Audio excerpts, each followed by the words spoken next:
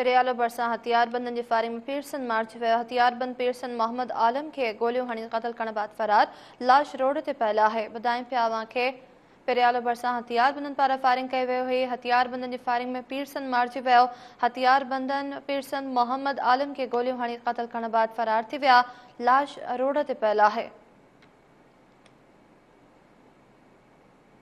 पेरियालो भरिसां हथियारबंदनि जी फायरिंग में पीरसन मारिजी वियो। ॿुधायूं पिया हथियारबंदनि पीरसन मोहम्मद आलम खे गोलियूं हणी क़त्ल करण बाद फरार। लाश रोड ते पियल आहे। हथियारबंद पीरसन मोहम्मद आलम खे गोलियूं हणी क़त्ल करण बाद फरार थी विया। लाश रोड ते पियल आहे। ॿुधायूं पिया पेरियालो मां जिथे हथियारबंदनि फायरिंग कई। फायरिंग में पीरसन मारिजी वियो। लाश हिन वक़्तु रोड ते पियल आहे। हथियारबंद पीरसन मोहम्मद आलम खे गोलियूं हणी क़त्ल करण बाद फरार थी विया। पेरियालो भरिसां हथियारबंदनि जी फायरिंग में पीरसन मारिजी वियो आहे। ॿुधायूं पिया हथियारबंद पीरसन मोहम्मद आलम खे गोलियूं हणी क़त्ल करण बाद फरार थी विया। लाश रोड ते पियल आहे। ॿुधायूं पिया हथियारबंद पीरसन मोहम्मद आलम खे गोलियूं हणी क़त्ल करण बाद फरार थी विया। लाश रोड ते पियल आहे।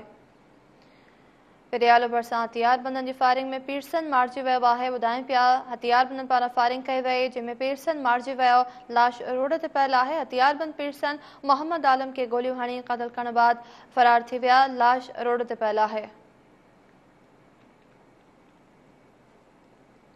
पेरियालो भरिसां हथियारबंदनि जी फायरिंग में पीरसन मारिजी वियो। हथियारबंद पीरसन मोहम्मद आलम खे गोलियूं हणी क़त्ल करण बाद फरार थी विया। लाश रोड ते पियल आहे।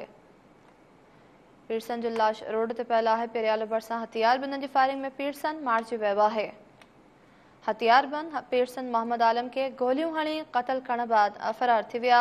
लाश रोड ते पियल आहे।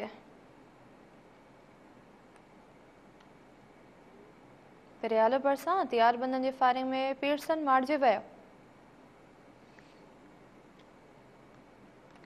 ॿुधायूं पिया हथियारबंद पीरसन मोहम्मद आलम खे गोलियूं हणी क़त्ल करण बाद फरार थी विया।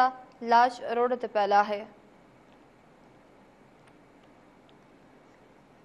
पेरियालो मां टेलीफोन लाइन ते मौजूद आहे इमरान अली ओढो। जी इमरान अली ओढो, छा तफ़सील आहिनि? पीरसन मारिजी वियो आहे।